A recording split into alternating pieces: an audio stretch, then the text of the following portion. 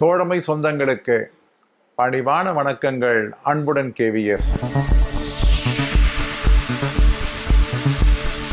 அஞ்சல் இலாக்கா 16/4/2025 அன்று GDS ஊழியர்களுடைய நியமன அதிகாரி, ஒழுங்குமுறை நடவடிக்கை எதிராக அதிகாரி, மேல்முறையீட்டு மனுவினுடைய அதிகாரி ஆகியவற்றினுடைய ஷெட்யூல், அதற்கான அட்டவணைகளே திருத்தம் மேற்கொள்வதாக முடிவெடுத்திருப்பதாக அறிவித்திருக்கின்றது.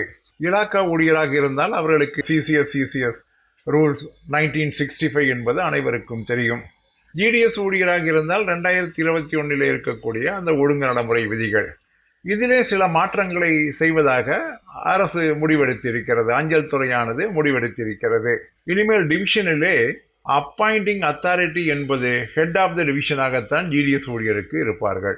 எல்லா விதமான தண்டனைகளையும் ஹெட் ஆஃப் த டிவிஷன் மட்டும்தான் வழங்க முடியும். மைனர் பெனால்ட்டியாக இருந்தால் ஒரு யூனிட்ல இருக்கக்கூடிய அந்த டெப்டி சீஃப் போஸ்ட் மாஸ்டர், அதாவது அன்னாரோடு GPO போன்று இருக்கக்கூடிய அலுவலகங்களிலே டெப்டி சீஃப் போஸ்ட் மாஸ்டராக இருக்கக்கூடியவர்கள் மைனர் பெனால்ட்டி மட்டும்தான் தர முடியுமே தவிர மேஜர் பெனால்ட்டியை அவர்கள் அளிக்க முடியாது.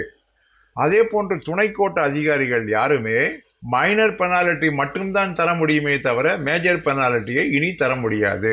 இந்த மேஜர் பெனால்ட்டியாக இருந்தால் அதற்கு மேல்முறையீட்டு அதிகாரியாக இனி மண்டலத்தினுடைய நெறியாளர் DPS தான் இனி செயல்படுவார். மைனர் பெனால்ட்டியாக இருந்தால் அதனுடைய மேல்முறையீடு என்பது அந்தந்த கோட்டங்களுடைய கோட்ட கண்காணிப்பாளர் செயல்படுவார். இது குறித்து உங்களுடைய கருத்துக்களை மிக விரைவிலே அனுப்புவோம் என்று அனைத்து மாநிலங்களுக்கும் அஞ்சல் துறை கடிதம் அனுப்பி இருக்கிறது.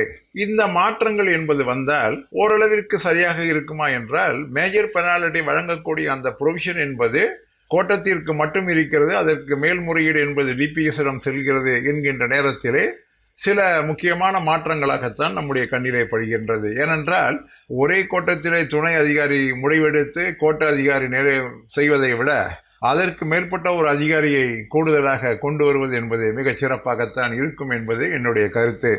என்ன நண்பர்களே, இவைகள் எல்லாம் மிக சாதாரணமான செய்திகள். இதுகளையெல்லாம் நீங்கள் அடிக்கடி தர வேண்டிய அவசியம் என்ன என்று நீங்கள் நினைக்கலாம். நான் மிக வெளிப்படையாக சொல்கிறேன், நான் இந்த சேனலை நடத்துவது என்பது மற்றவர்களுக்கு அறிவு புகட்ட வேண்டும். என்னென்ன இலாக்காவிலே மாற்றங்கள் ஏற்படுகின்றது, அந்த மாற்றங்களை பற்றியெல்லாம் அனைவரும் அறிந்து கொள்ள வேண்டும் என்பதற்காகத்தானே தவிர மற்றபடி வேறொன்றும் இல்லை.